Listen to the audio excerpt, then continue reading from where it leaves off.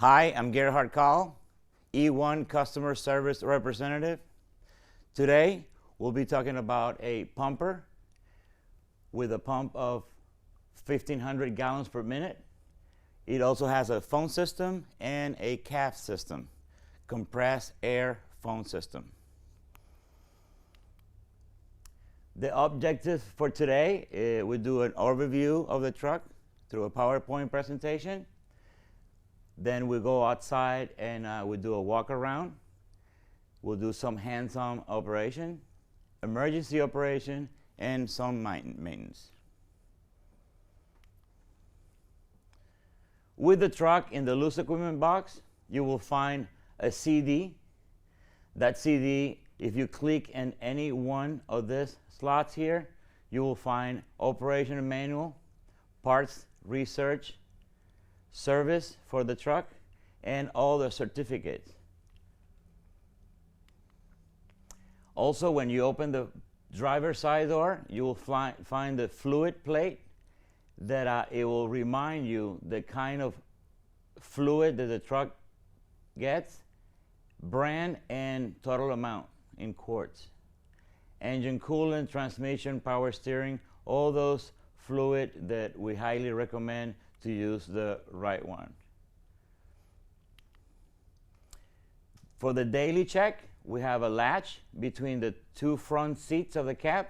You'll be able to reach the radiator reservoir, dipstick for the engine oil or transmission fluid, and through here you can see the side glass for the radiator.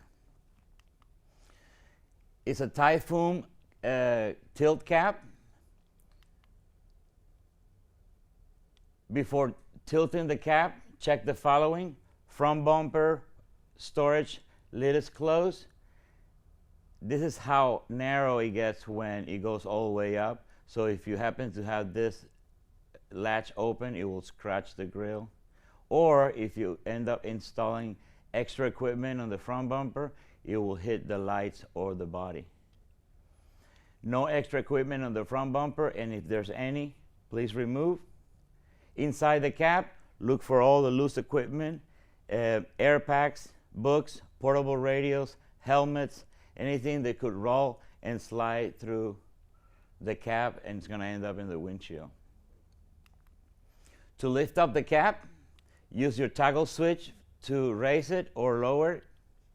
And then you have a handle here to release your safety bar. And you have a manual bar on the officer side, front door. Be sure that when you lift it up, go all the way up until it clicks twice. And that means that the safety bar is in place. When you're ready to lower the cab, use your toggle switch to lower the cab and pull to release the safety bar.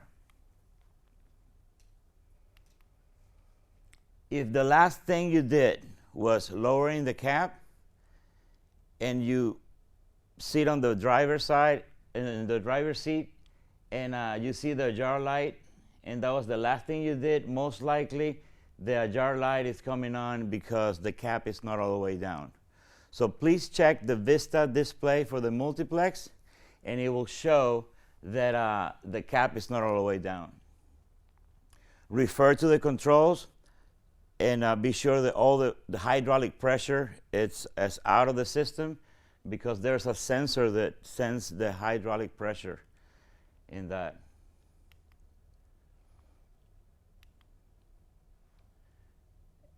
The dashboard, lower side, you have the headlight switch, dimmer switch, battery switch, and stop engine. Down below here, you have the Regen switch, which has a momentary set in the top, standby in the middle, and override in the bottom. Then you have the ABS code light and the data selector switch. With this data selector switch, by pushing the switch, you'll be able to read the information as engine hours, miles, and so forth. And then we have the outlets for the diagnostic outlet, data, vehicle data recorder, multiplexing system, and the modem. We also have the emergency parking brake and the pump engagement. VMOX display is an onboard service information. It carries all the information for your accessories around the truck. Vehicle data recorder. As you can see, now everything that you do with the truck, when you start the engine, everything is going to be recorded.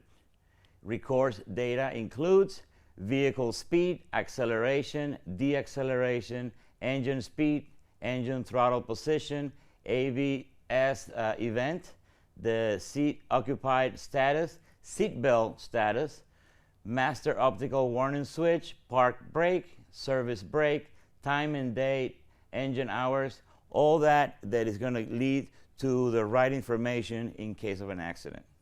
So be very careful when you're driving, because all that is going to be recorded. And it always holds the last 100 hours. So in the VDR, it's going to be a lot of information, 100 hours of engine use.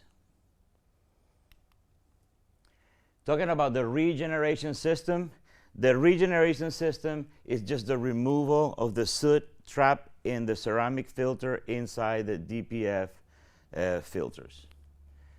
And there's a switch. The top portion of the switch is a momentary switch. Then the center is standby, and to override the bottom. This is the light that you will see in the dashboard when it requires a hard regeneration.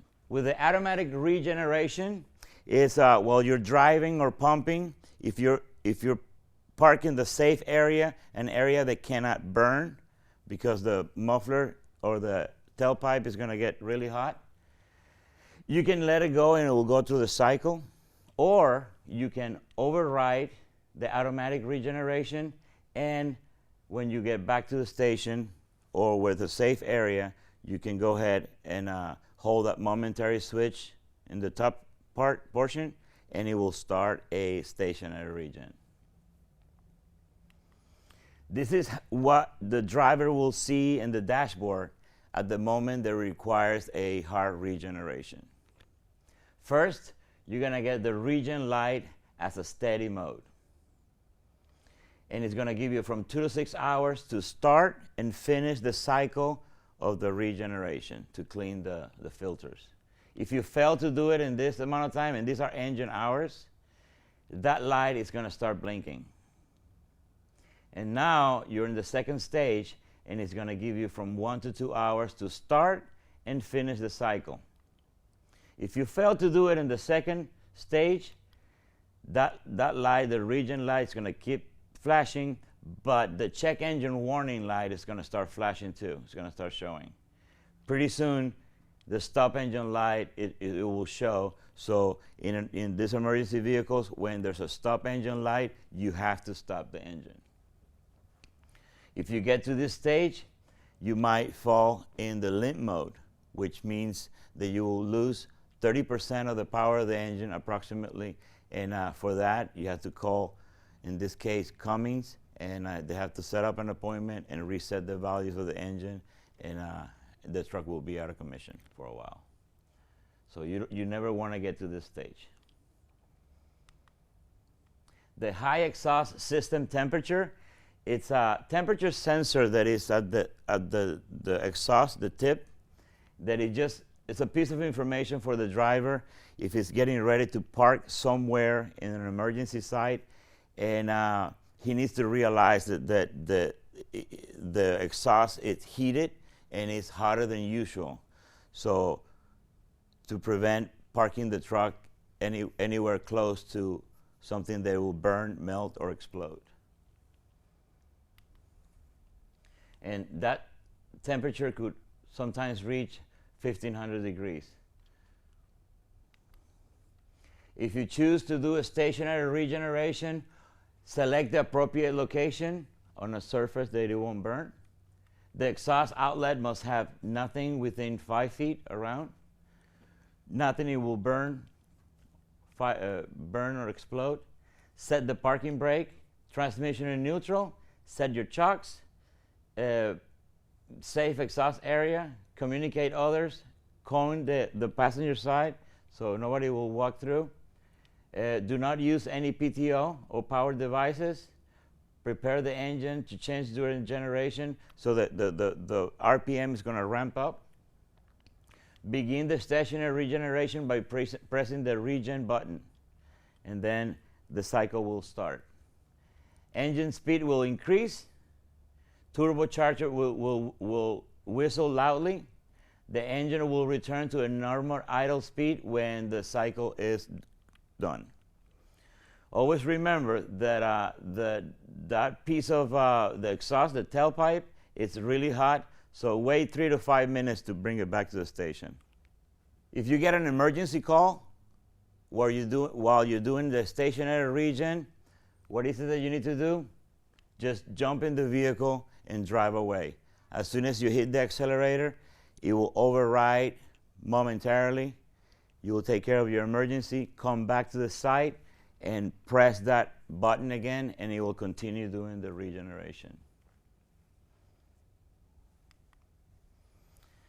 The DEF fluid, you have a gauge on the overhead panel on the driver's side that reminds you the level of the fluid. We recommend not to have it less than a quarter tank. We know that a quarter tank will be more than enough to take care of a full cycle of hard regeneration, but we recommend not to have it lower because nowadays the EPA 2013 included a passive mode. So that means that it's constantly trying to clean the filter while you're driving, even if you don't see the light or the regen light or the HES light. Access for the tank is a 5-gallon tank. It's on the crew cab on the driver's side door. The Jake brake, it has an on and off switch, high, medium, and low. You will find it at the overhead on the left side, bottom portion. So the way it works, as soon as, if you have the system on, as soon as you let go your foot throttle, it will activate. As soon as you apply the accelerator again, it will cancel. Transmission is an Allison EVS 3000 electronic transmission, 6-speed. Check transmission light located in the dashboard. Transmission gear selector. And with this display, you can check your fluids, the fluid in the transmission specifically, by pressing these 2 arrows at the same time. As long as you're between 140 and 220 in temperature, and then you wait 2 minutes to allow the fluid to settle, you press the 2 arrows, and you're gonna get the information. As if the levels are good, you will read an OK, and that's OL for fluid, OK, within acceptable limits on the levels. If you happen to be low, it will show OL for oil, LO for low, and perhaps 2 quarts or 3. And I always recommend, that's an electronic sensor, so refer to the dipstick and compare that. To go back to the regular use of the transmission, press neutral, and you're back. You have all the information in the overhead in the driver's side. Cummins ISL 450 horsepower, and transmission and engine are regulated by the EPA 2013. Engine is controlled by the ECM. Engine turbo is charged air-cooled. Alternator 270 amps. 4 batteries. 65 gallons of fuel capacity. 65 miles per hour. 5 gallons fluid tank. The fast idle is preset to 1250 RPM. Check engine light in amber, most of the time is about fluid levels. Stop engine light, you're required to stop the vehicle.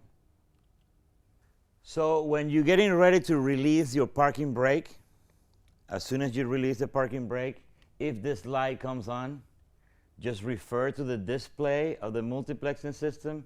And actually I did this picture on purpose.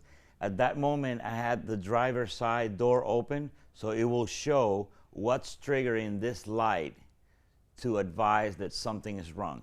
And that, the jar light is hooked up to any accessory or anything that is installed in the truck that it makes it wider, longer, or taller to prevent from damaging the accessories.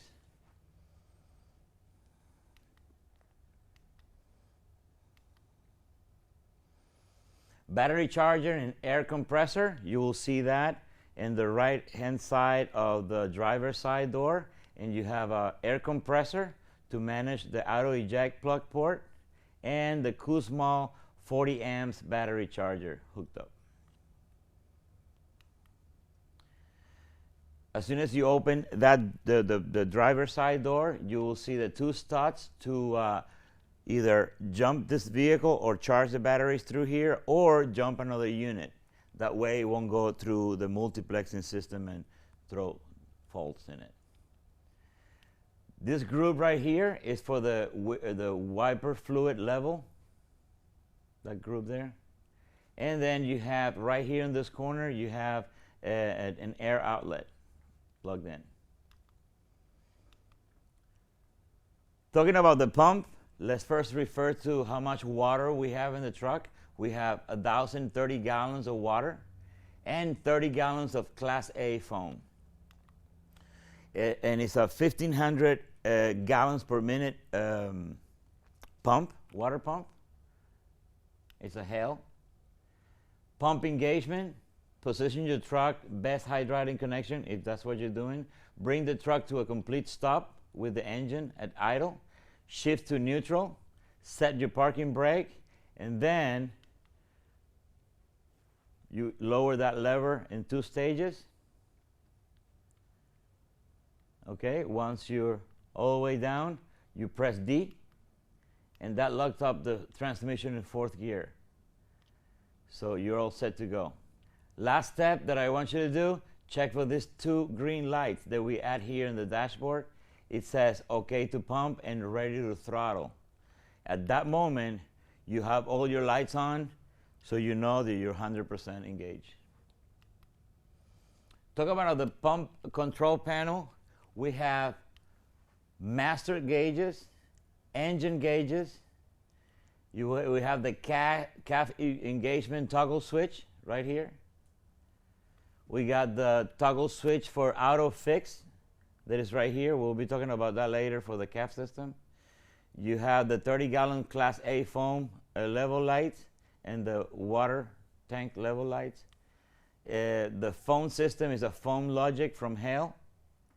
Relief valve control. Water tank fill on and off. That's an Autofill. We'll be talking about that. The Vernier manual throttle control, which is here. Master drain switch, right here. Dry primer. Electric open close MIV, the main inlet valve. Control panel with a manual override. So this is open and close panel, and this is a manual override. MIV bleeder, 6-inch and a 2.5 auxiliary intake, 2.5 and 6-inch. That goes directly to the pump, and this one has open close. Engine cooler and the front discharge air blowout, and then all the drains. Relief valve operation. We have a pressure relief valve located in the pump panel. So engage your pump, build up pressure, and you can actually doing some recirculation of water from the pump to the tank pump and then back to the pump, the tank. Raise the max pressure on the master discharge. Most likely it's between 90 and 110. and then crank the handle until you see that amber light right here in the back of the handle that comes on. So increase your idle and check if the PSI is right where you want it to. Otherwise, crank the valve back a little. Autofill operation, you have an on and off button here and an override button here. So if you want to do the auto, you turn it on, you close your manual tank fill valve. That way you're going to use only the autofill. You hook up your line, either drafting or from another truck. And as soon as the water reaches the high level, it will close the valve. As soon as the levels start going down and it senses that it's going down, opens the valve and keeps it full.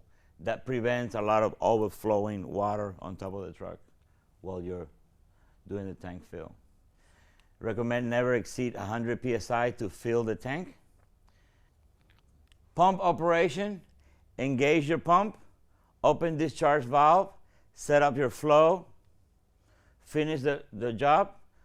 To drain the pump, close tank to pump, open discharges, drain, and master drain.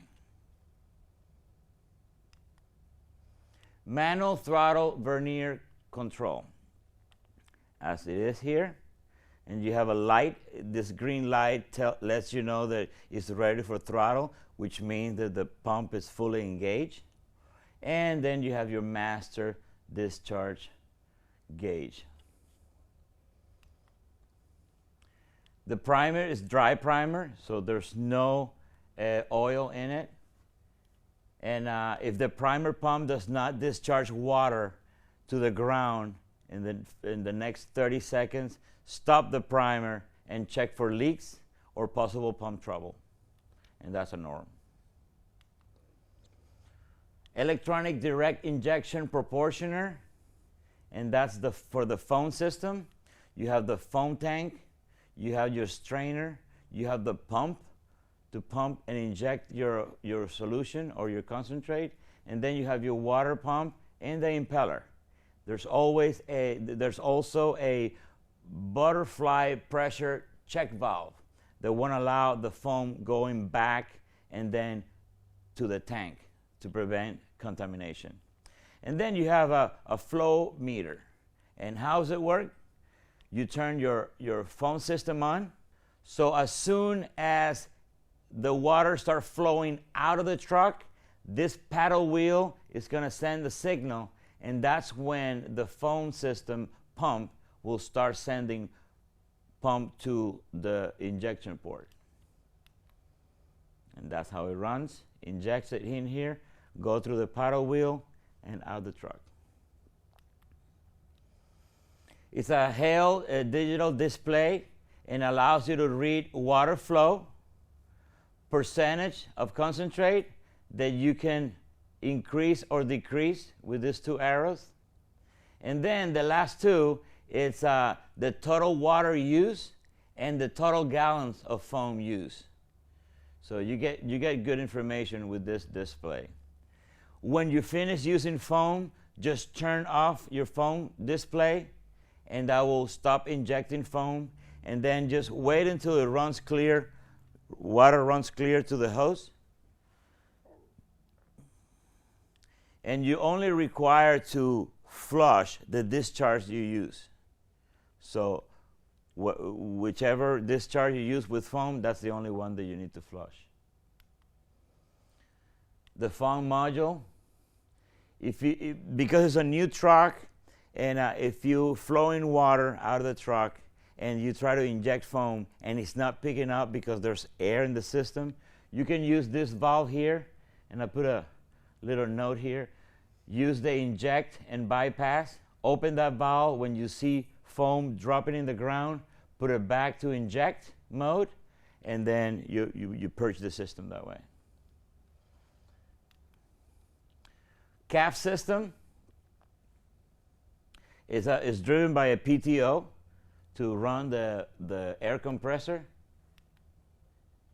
CAF system, the ultimate foam delivery system, and it creates foam by injecting air into the foam solution and making foam in the hose.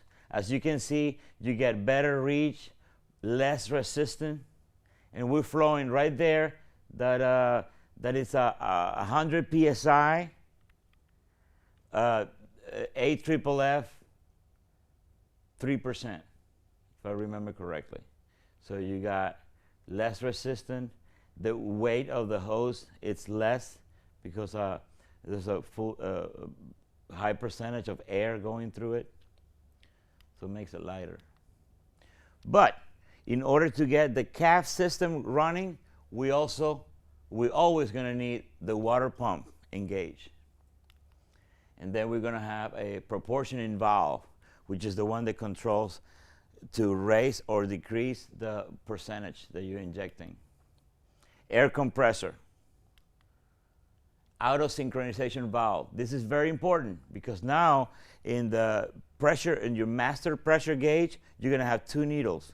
Black one for the water pressure, the red one for the air pressure. So as soon as you start increasing your water pressure, it's going to automatically increase your air pressure. That way, when you're getting ready to add air to the system, to the water and foam, you will have enough air to feed one discharge or the 5 of them. Because if you're using the 5 of them, you're a certain PSI to feed all your discharges. So with that being said, the black needle will be in X amount of pressure and the red one will follow. That means that more PSI pressure, more CFM or PSI air pressure. Check valves, that's really important to prevent contamination of foam into the tank or air into the impeller. That's why we have another check valve for the calf system. And the flow meters and gauges included. So let's talk about calf. The calf main controls are right here. That's your display. So what are the steps that we need to follow in order to get calf? Calf, let's remember, calf is compressed air foam system. And the steps are, make sure your water pump is engaged, engage the calf system compressor, and just lifting up the safety cap and lift up that toggle switch. That's going to bring that green light on.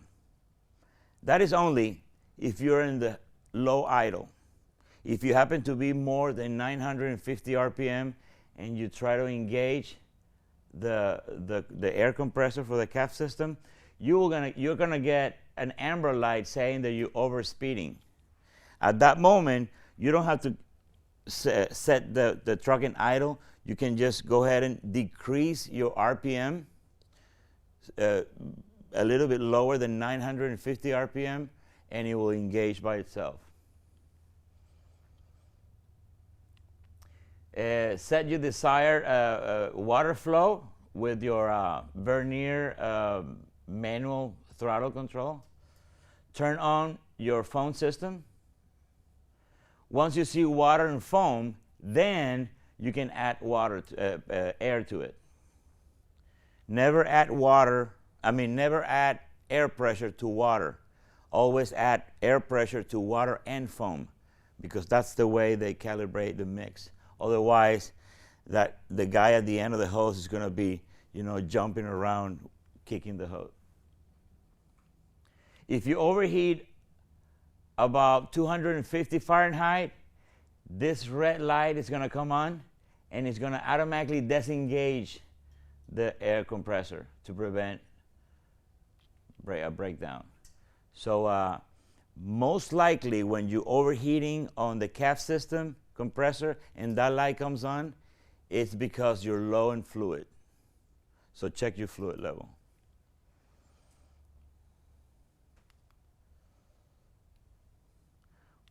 So when you engage your compressor, be sure that this toggle switch is in the auto position. And I want to explain what's the difference between auto and fixed. Auto is to use the balancing valve to have the air pressure following your water pressure in the pump. If you turn this toggle switch to fixed, it's not reading how much flow you have. It's just throwing 200 CFM of air pressure to any discharge. So, and it's not being balanced. This is just for the mechanics to use in case they need to check the airflow.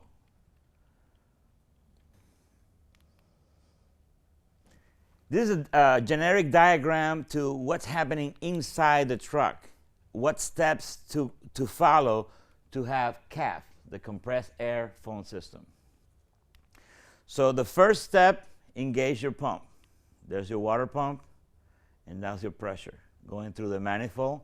And right in this manifold are all the discharges that are capable of water, foam, and then air. So you turn on your foam system. At that moment, you're not injecting any because you're not flowing any water outside the truck.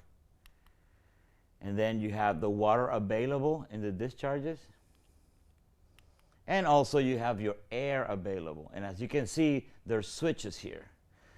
So not just because you engage your air compressor means that you're going to have the air pressure right in the discharges. So you will manage that. And you will manage that how? With these switches. At this moment, you'll be running water and foam throughout all these 5 discharges.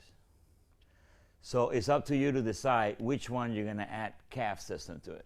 And it could be one, smooth bore, 80, 90 PSI. Then this one, as you can see, you're just using water and foam. You're not turning on that switch to provide air to it. Then you decide that this guy might need some CAF. So you go ahead and add CAF to it. So what I'm trying to say is that you can use one, all the discharges with water and foam, and one with CAF, or all of them. Because as soon as you start increasing your water pressure to serve X amount of discharges, you'll be increasing your air pressure to have enough air pressure available for 1, 2, 3, 4, or the 5 discharges. That's a filter for the hydraulic, because the hydraulic gets really hot, so it needs to go through a cycle of a heat exchanger to refresh that temperature and brings it back to the reservoir. And that reservoir is right here. You have a side glass, and that's a daily check, and the fill port. And as you can see, the bottom of the fill port, it's pretty much like half or almost the top of the side glass, so you will never overfill it. So as soon as you start dripping here, that is exactly the level that we need to have on it.